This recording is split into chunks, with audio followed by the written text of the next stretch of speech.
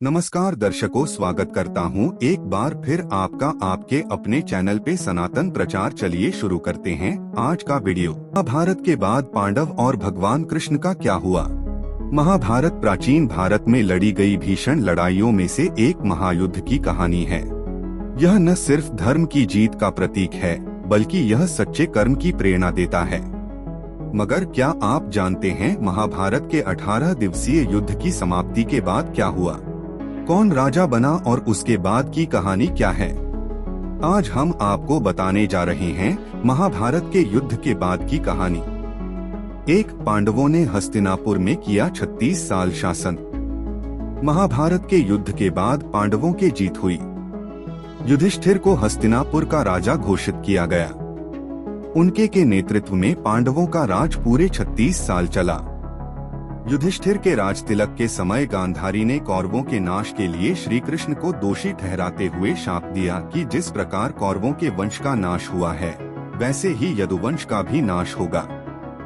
गांधारी के अनुसार भगवान कृष्ण के पास युद्ध को रोकने की दिव्य शक्ति थी और किसी एक पक्ष में जाने का विकल्प, मगर उन्होंने युद्ध होने दिया। 2, यादव कुल का नाश। गांधारी के दिए श्राप का असर यादवों पर होने लगा। श्राप के चलते श्री कृष्ण की द्वारका की हालत बिगड़ने लगी। कृष्ण सारे यादव कुल को प्रभास ले गए, लेकिन वहां भी हिंसा से पीछा नहीं छूटा। पूरा यादव कुल एक दूसरे के खून का प्यासा हो गया और पूरा वंश ही आपस में लड़कर खत्म हो गया। इस नरसंहार में सिर्फ भगवान कृष्ण, बलराम, दरुका और बभ्रू ही बचे। 3, कृष्ण की मृत्यु। प्रभास नरसंहार के बाद भगवान कृष्ण ने वन में ध्यानमग्न होने का निर्णय लिया। जब वह ध्यान में लीन थे, तो जारा नाम के शिकारी ने वन में हिरण का शिकार करते समय तीर चलाया, जो कृष्ण के पैर में लगा। तीर लगने के बाद भगवान कृष्ण ने शिकारी के सामने ही विष्णु का रूप धारण किया और नश्वर शरीर को त्याग दिया। 4, स्वर्ग की सीढ़ी। एक ऋषि ने पांडवों को सलाह दी कि आपका उद्देश्य पूरा हो गया है, इसलिए अब आपको हिमालय की ओर अंतिम यात्रा पर प्रस्थान करना चाहिए। इसके बाद अर्जुन के पौत्र परीक्षित को राजपाट सौंपकर पांडव द्रौपदी के साथ अपनी अंतिम यात्रा के लिए हिमालय की ओर निकल पड़े। पांडवों ने द्रौपदी और एक कुत्ते के साथ अपनी अंतिम यात्रा के रूप में स्वर्ग की सीढ़ियां चढ़नी शुरू की। स्वर्ग की सीढ़ी चढ़ने के दौरान धीरे धीरे सभी युधिष्ठिर का साथ छोड़ने लगे। शुरुआत द्रौपदी से हुई और अंत में भीम का निधन हुआ।